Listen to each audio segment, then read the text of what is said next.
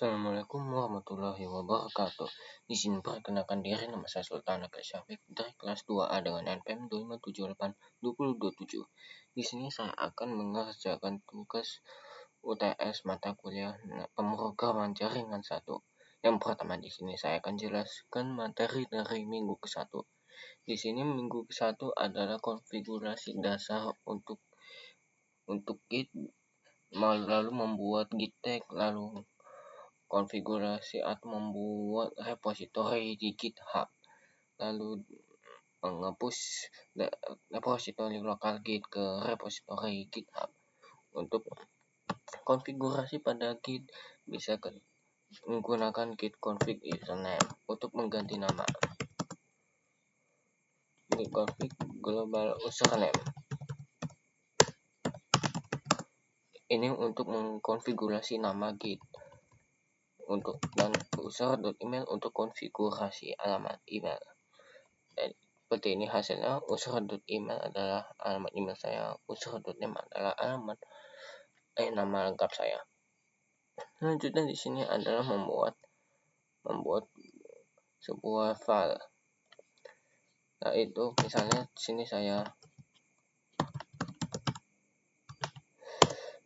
sini saya akan membuat file ini dulu, dan lalu saya membuat git add. Nah, ini adalah contohnya. Di sini saya belum membuat, dan di sini saya akan coba membuatnya.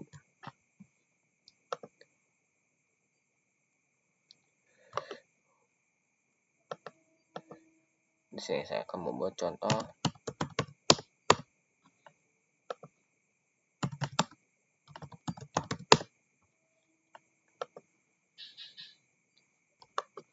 Lalu di sini saya akan membuat tes. Nah, seperti ini. Nah,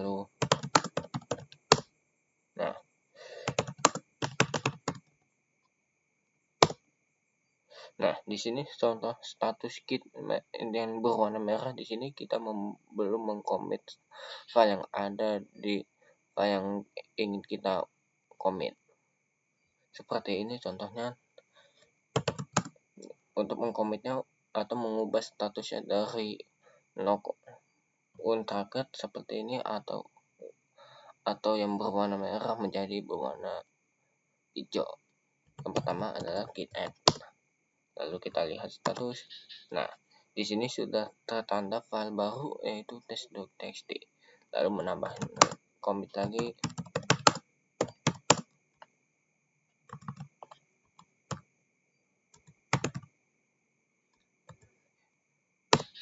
Nah, seperti ini. Git status. Nah, nothing to commit. Di sini sudah tercommit semua file, termasuk file test.txt yang ada di sini. Nah, seperti ini.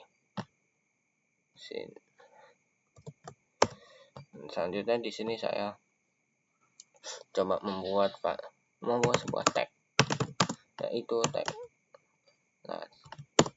Nah, seperti ini contohnya. Untuk melihat tagnya, ketik aja git tag. Lalu untuk ngapusnya, sebelum menghapus ke GitHub, pertama pastikan repositori lokal Git telah terkoneksi dengan repositori GitHub.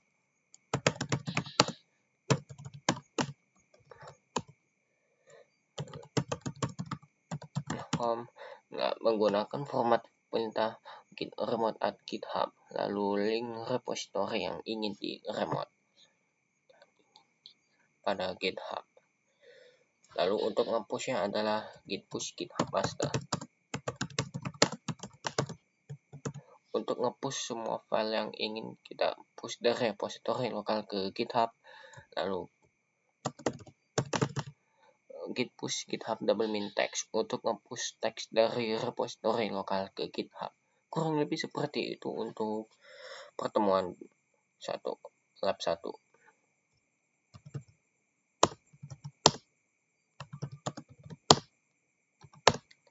Selanjutnya di sini lanjut ke pertemuan 2, yaitu Scene of Python dan PIP 8.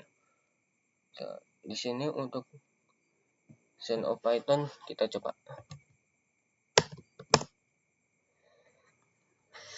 Untuk melihat Scene of Python, nah seperti inilah kurang lebih.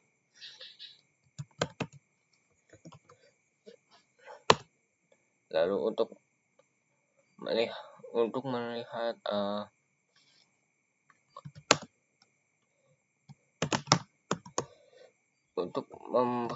melihat kesalahan dengan PIP8, pilih aja file yang ingin diperbaiki dengan flag 8 dengan ketik format perintah seperti ini, py-min-m flag 8 lalu nama file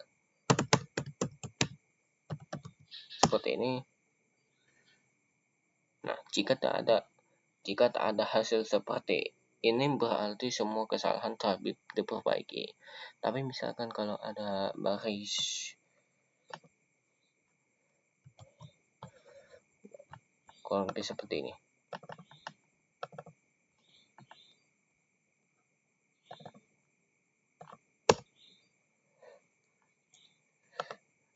Saya coba contoh bentar. Nah, seperti ini. Jika muncul baris seperti ini, untuk cara membaca posisi kesalahannya, pada nomor angka terdepan ini adalah baris dan angka kedua ini adalah kolom.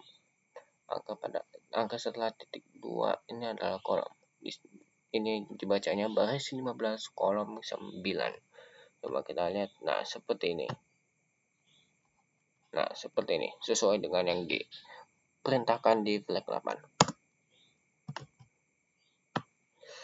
Kurang lebih seperti itu cara perbaikinya, dan sesuaikan aja apa yang dilaporkan pada flag 8 ini.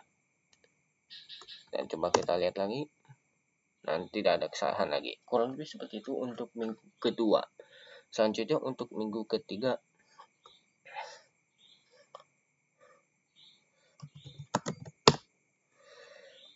Nah, di sini saya coba masuk dulu ke file contoh. Di sini pada minggu ketiga ini menjelaskan tentang modul package and pip. Jadi untuk intinya ini melihat struktur modul Python yang telah dibuat. Contohnya seperti ini. Nah, gunakan perintah ini untuk melihat struktur file yang telah dibuat atau disimpan, dan di sini menampilkan bahwa file main dengan file folder sensor OPS ini posisinya sejajar, masing-masing sejajar. Dan di dalam file folder sensor OPS ini ada modul generator.py dan init.py. Nah, di sini agar Python dapat mengidentifikasi kalau dalam folder itu berupa package, pastikan ada file bernama init.py dan tidak memiliki isi apapun di dalamnya agar Python bisa memastikan folder tersebut berupa package dan dapat mengimpor modul lainnya dari modul utama seperti ini. Jadi yang disebut modul itu adalah sebuah file Python yang telah dibuat, lalu package itu adalah kurang lebih seperti ini dalam folder sensor OPS. Selanjutnya di sini untuk bagian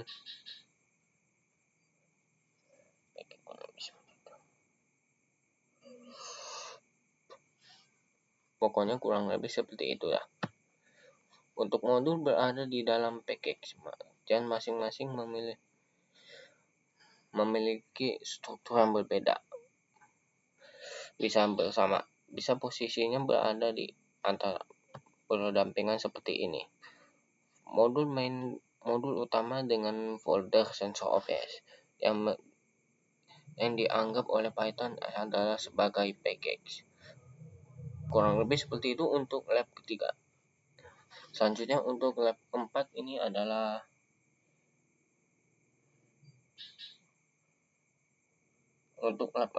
ada string dan exception. Nah, di sini saya akan langsung jelaskan. Di sini saya menggunakan pada bagian string ini di sini pada bagian string ada beberapa metode, yaitu salah satunya yang saya pakai adalah .strip dan .upper. .strip ini berfungsi untuk menghapus spasi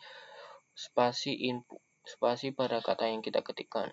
Lalu .upper ini mengkapitalisasikan kata-kata yang kita ketikkan. Selanjutnya di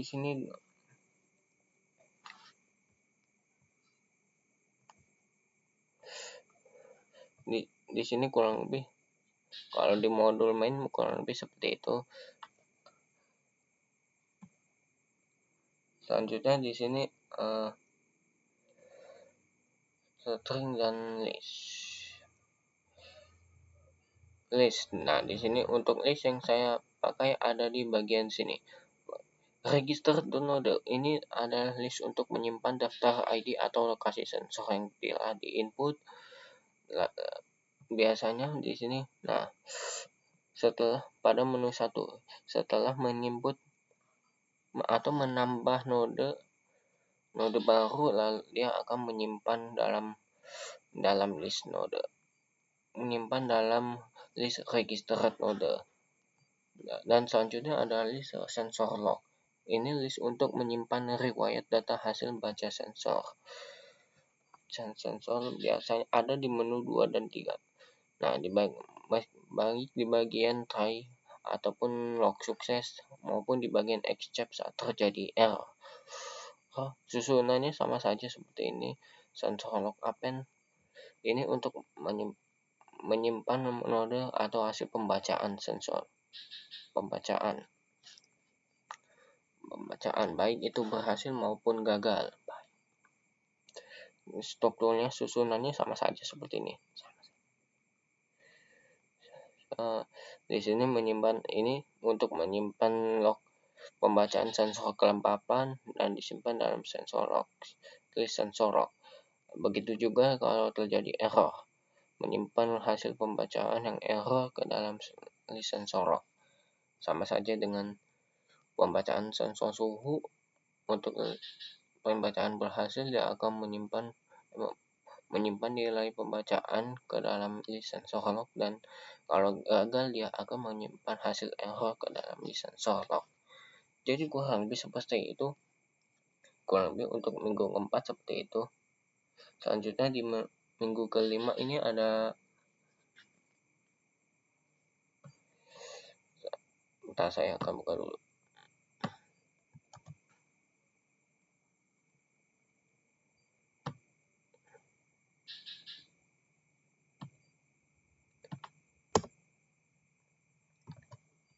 Nah, di sini pada minggu kelima, modul generator telah berubah menjadi node dengan penambahan kelas utama, yaitu kelas sensor node pada modul tersebut. Ini untuk di sini untuk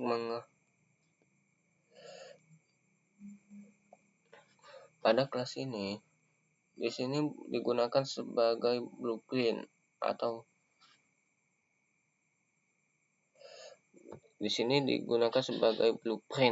konstruktornya.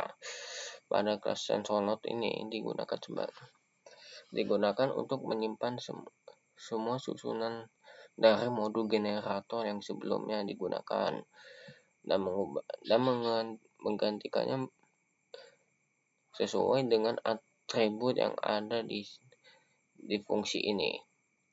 Dot ini lalu selanjutnya di sini dan tetap mewarisi fungsi-fungsi sebelumnya. Selanjutnya di sini pada modul main, di sini terdapat instansiasi objek pada menu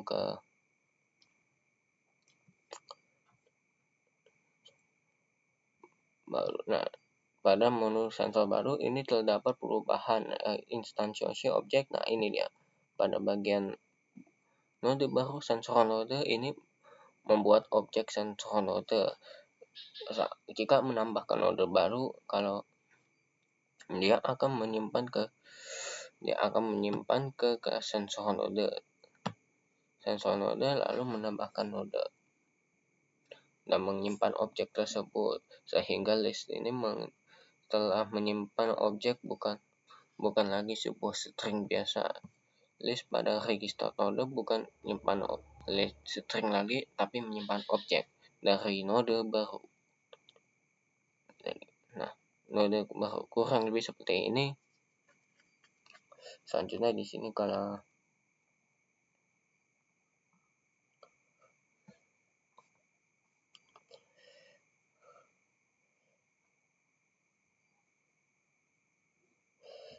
pada bagian untuk perilaku objek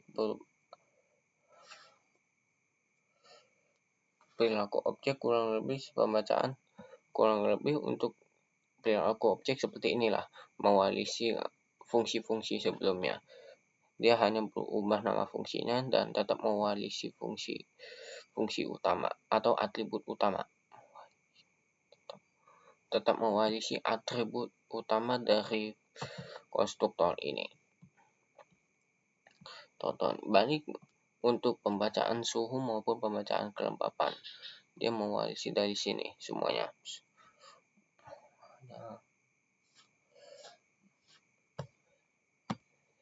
Untuk minggu kelima kurang lebih seperti ini lah.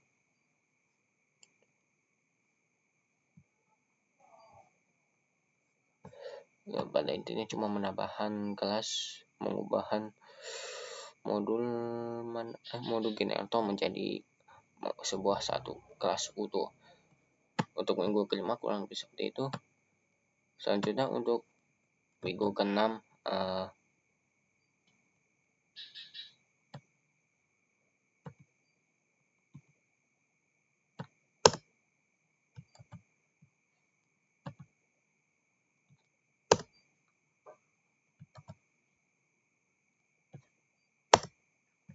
Nah, pada minggu ke-6 ini terdapat perubahan lagi pada modul node.py, di mana di sini membuat sebuah parent class dan child class, di mana kelas sensor node tersebut menjadi sebuah parent class, dan fungsi-fungsi pembacaan suhu maupun kelembapan yang sebelumnya disatukan dalam kelas sensor node kini telah dijadikan sebagai child class, yang mana tetap mewarisi atribut yang ada pada fungsi parent class utama tersebut.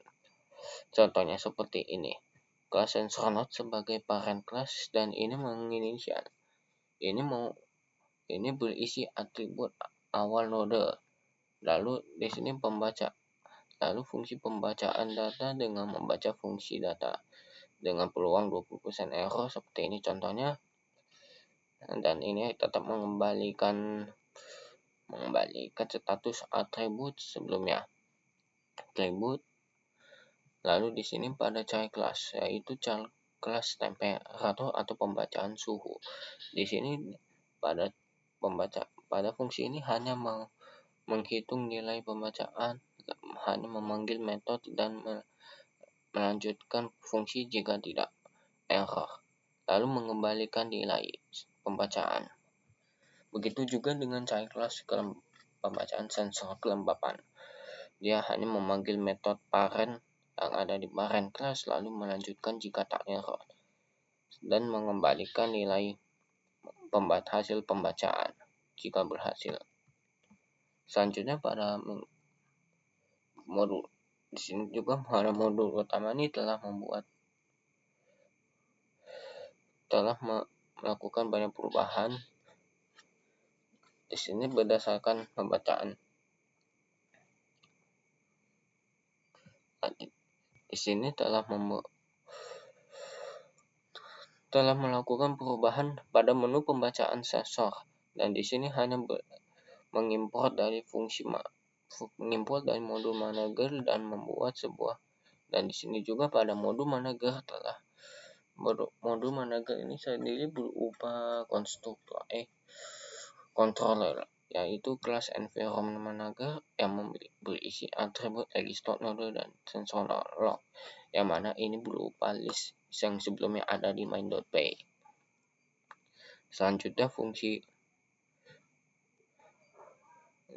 di sini membuat beberapa metode yang sebelumnya ada di main.py juga, seperti penambahan node, lalu penambahan node, lalu pembacaan semua node, dan menampilkan log. Yang sebelumnya ada di main.py, sekarang fungsi modul main.py ini hanya mengimport modul yang telah diperintahkan atau yang ada di sini sebelumnya. Kurang lebih seperti itu. Jadi di sini modul ini hanya berisi logika dan mengimport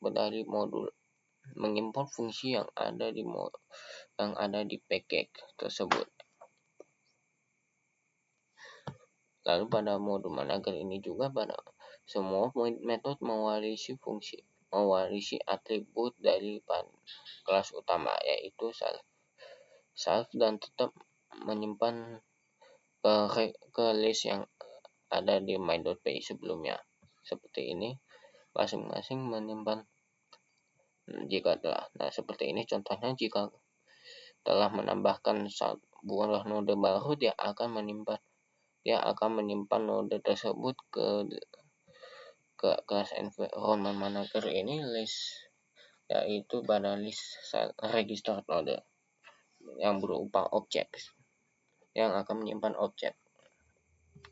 Begitu juga pada metode pembacaan semua node, sini meskipun baik pada pembacaan berhasil maupun gagal, dia akan menyimpan hasil pembacaan tersebut ke dalam list sensor log.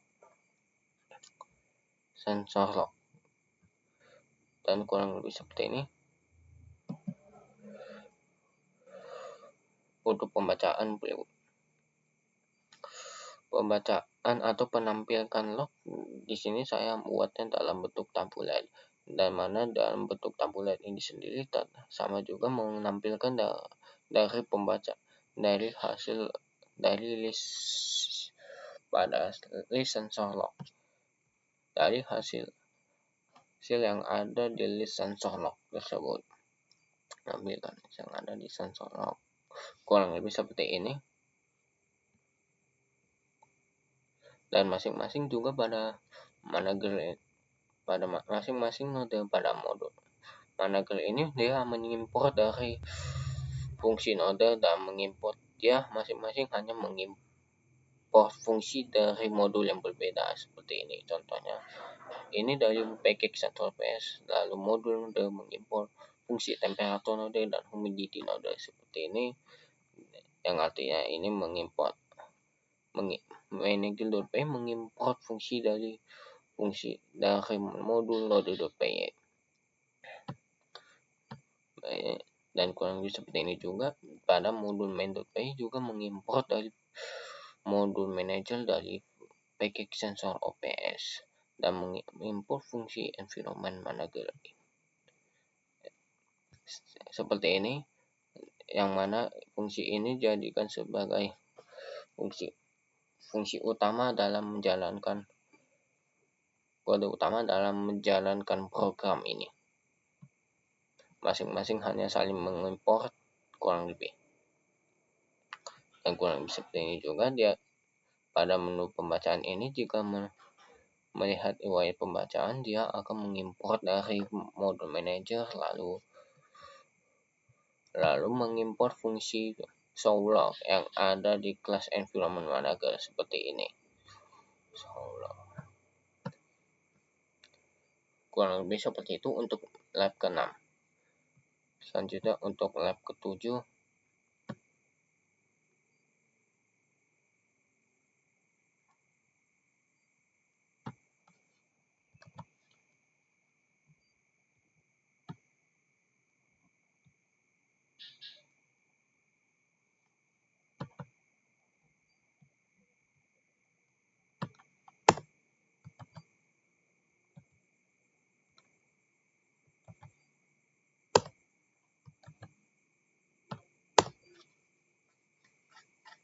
pada lab 7 ini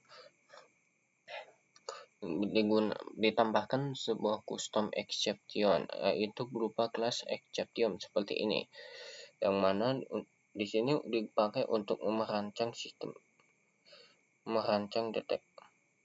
deteksi dan saran perbaikan perangkat keras. Seperti ini contohnya. Contoh pada kelas low battery error exception pass. Fungsi kelas ini untuk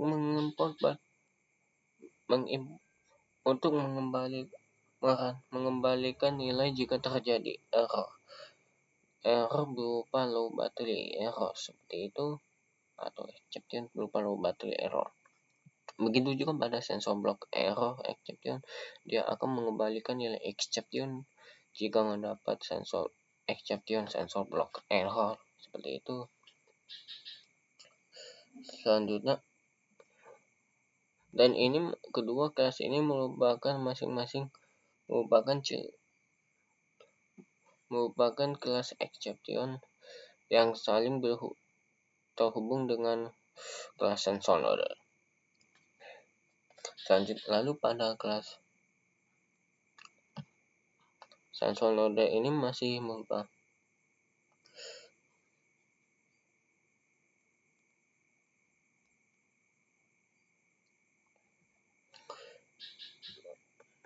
sama sebelumnya pada modul manager.py, dan di sini pada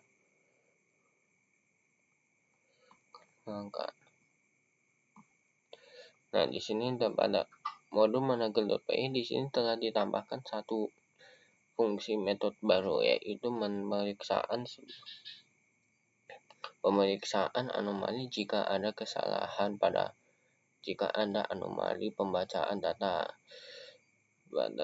Dan fungsi yield ini dipakai agar dapat mengefisiensi penggunaan memori dalam menjalankan kode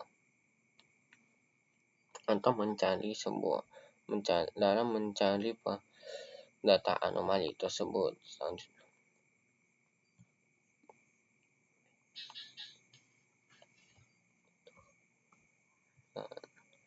Lalu pada modul utama di sini pada bagian awal terdapat sebuah klosur kalibrasi, yang mana ini berupa sebuah fungsi luar ini mengembalikan inner function yang bernama apply calibration, yang mengembalikan nilai value dan klosur utama ini atau calibration factory mengembalikan offset. Di sini gunanya untuk membaca sensor, baik sensor suhu maupun kelembapan yang dimasukkan menggunakan. Lalu jika sudah menggunakannya, jika kode ini telah dieksekusi, maka dia akan mengembalikan nilai value dan offset, lalu mengembalikan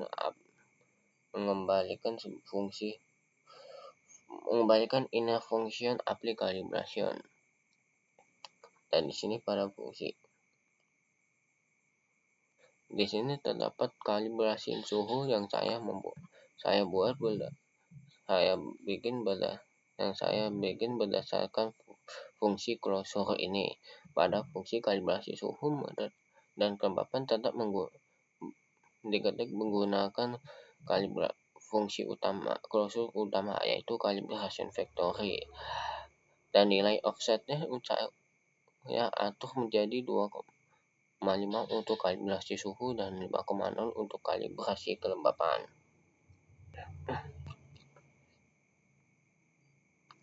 Dan selanjutnya, di sini terdapat perubahan yang pada file yang saya lakukan, dan di sini terdapat penggunaan instansia untuk mengeksekusi jika terjadi error exception berdasarkan jenis, yaitu low battery error atau sensor block error seperti ini.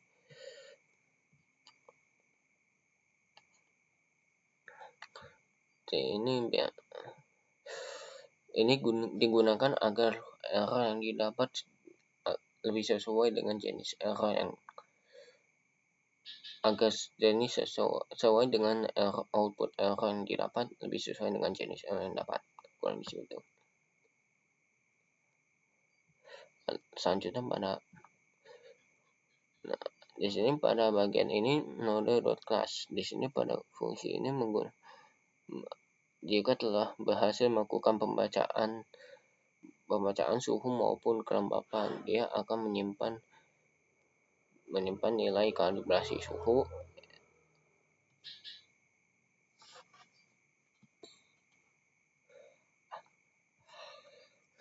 maupun kelembapan dan akan mengkalibrasikannya berdasarkan fungsi calibration seperti ini. Suhu nilai yang telah saya input atau nilai pembaca atau nilai acak yang didapat akan dikalibrasikan dengan fungsi ini dengan klausul kalibrasi seperti ini.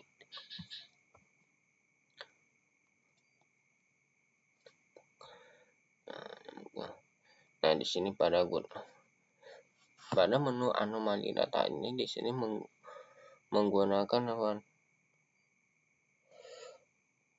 menggunakan iterasi generator, yaitu menggunakan fungsi next. Ini menggunakan iterasi dari fungsi generator, yaitu generator yang ada di sini, yaitu mengimport dari modul manager lalu import dari fungsi find anomaly, sehingga jika program menemukan anomali data, dia akan mencetak outputnya seperti ini, lalu akan menyimpan data anomali tersebut berdasarkan fungsi ini. Dan jika nggak ada lagi anomali data yang ditemukan, maka dia akan melakukan stop iterasi atau berhenti melakukan iterasi pada pembacaan anomali data atau pencarian anomali data, kurang lebih seperti itu.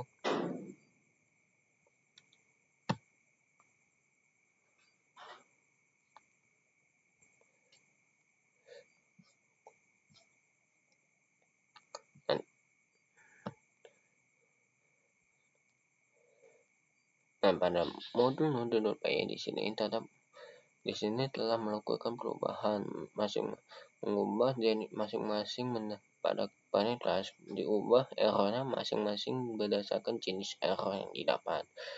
Dikarenakan di sini ada 2 jenis error, maka saya membuat peluang masing-masing yang berbeda seperti ini.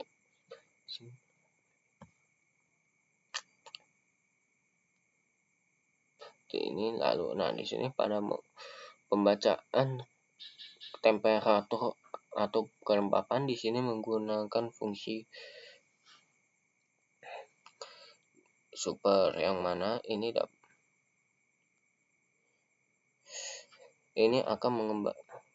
fungsi ini akan mengembalikan data,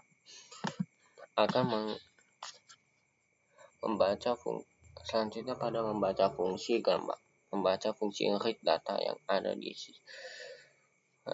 di parent class utama.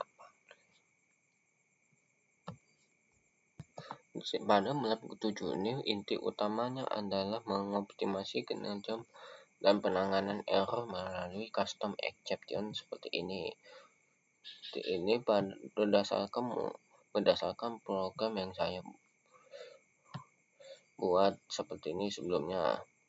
Lalu di sini menggunakan fungsi untuk mengefisiensi memori dan penggunaan dinamika program menggunakan fungsi log. Nah, kurang lebih seperti itu untuk minggu ke-7. Selanjutnya untuk minggu ke-8.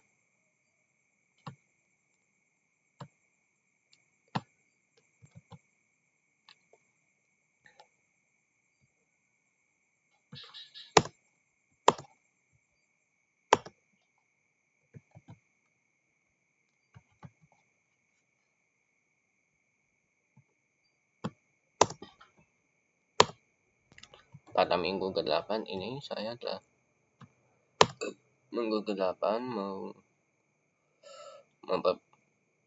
dibuatlah sebuah pada minggu ke-8 di sini telah membuat sebuah fungsi tambahan dan menyimpan log ke dalam sebuah file bernama. Di sini saya membuat file yang menyimpan hasil pembacaan sensor suhu atau kelembapan. Di sini dalam file sensor data log txt. Nah, ini sebuah filenya, dan di sini di mana fungsi R ini sebagai untuk membaca baris file tersebut, lalu memfilter data kritis memakai fungsi lambda. Nah, seperti ini berdasarkan jenis filternya. Lalu menyimpan list untuk data kritis seperti ini. Jika tak ada kritis, dia tidak menghasilkan output tak ada data kritis, dan jika tak ada data kritis, dia akan mencetak output baris lalu menghapus kapital tersebut, lalu menghitung total data kritis berdasarkan fungsi yang ada di sini. Berdasarkan hasil penghitungan data kritis menggunakan lambda, dia akan menghitung menggunakan fungsi len dan merekap jenis error tersebut. Berapa banyak error jenis ini didapat dan berapa banyak error jenis ini didapat dari lowbat lead atau sensor blocker didapat, dan menampilkan total data kritisnya dalam bentuk seperti ini. Lowbat total data kritis adalah total data, lalu low battery hasil beberapa error low battery yang didapat, dan sensor block berapa banyak error sensor block yang didapat. Jika tak ada file log, dia akan mencetak output file log belum ada. Dan di sini kalau saya membuat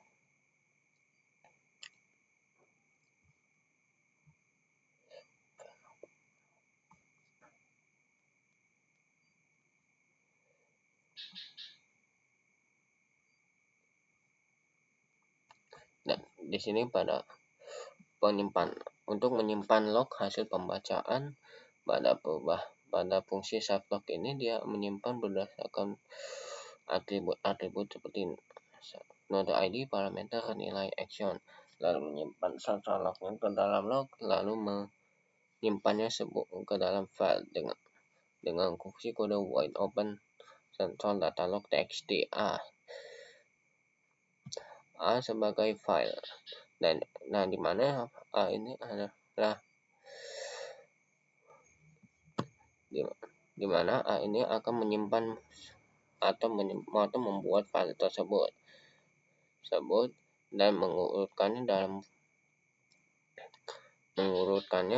berdasarkan kapan log itu ditambah berdasarkan waktu. Nah, dan di sini juga file ini akan ditambahkan berdasarkan kapan log itu disimpan, hasil pembacaan itu disimpan. Kurang lebih seperti itu.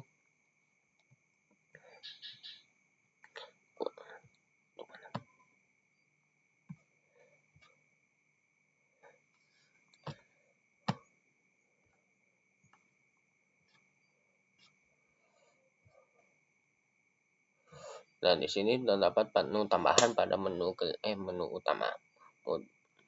Modul utama yaitu menampilkan laporan sensor kritis. Pada menu kelima ini, dia akan mengimport dari modul manager, lalu mengimport fungsi show critical error yang mana. Nah, show critical error ini adalah metode untuk menampilkan sensor kritis yang akan menampilkan hasil laporan sensor kritis yang ada di file sensor data log txt. Kalau lebih seperti itu, untuk jelasnya lebih seperti ini.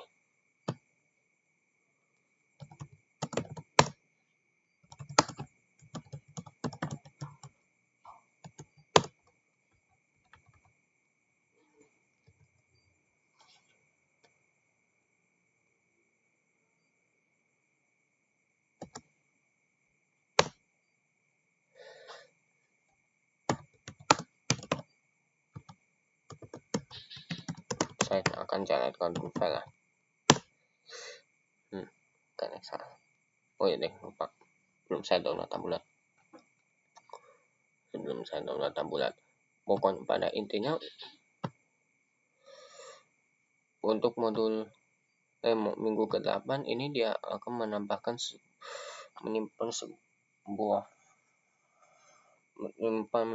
sebuah file untuk menyimpan hasil pembacaan atau log dan menambahkan filter lambda berdasarkan jenis filter.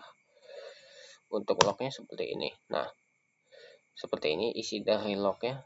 Ini adalah hasil pembacaan suhu maupun kelembapan dan ini berupa kebanyakan ini berupa data anomali yang terdeteksi pada program.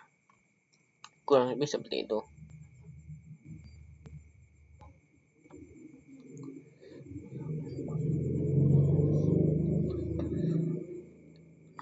Kurang lebih seperti itu. Untuk lab ke-8 dia menambah sebuah file untuk menyimpan laporan sensor kritis. Saya langsung untuk minggu atau lab ke-8 kurang lebih cukup seperti itu. Dan selanjutnya di sini pada bagian refleksi materi yang mengubah cara pandang dan pemrograman dan gunanya dalam tugas ini apa? Menurut saya materi yang paling mengubah cara pandang dan ada pada bagian ini kelas dan parent kelas dan child kelas terutamanya. Di sini gunanya bisa membuat saya lebih teratur lagi dalam menatap kode program yang memiliki atribut yang sama sehingga tidak perlu membuat kode berulang lagi atau kodenya disatukan sehingga jadi berantakan. Dan dengan adanya parent class dan child class ini bisa membuat kode-kode yang menjadi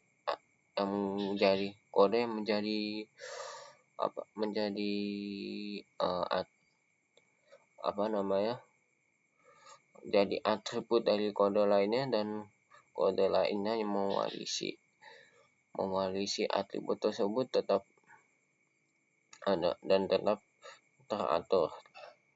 Kurang lebih seperti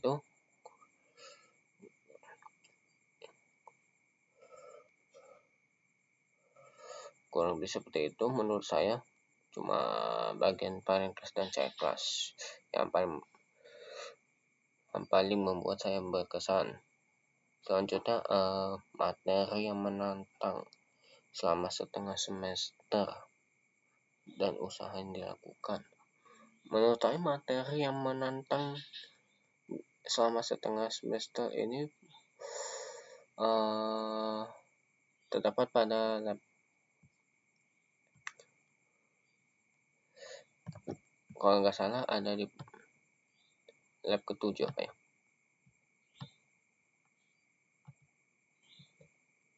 Lab 7 kayak pernah.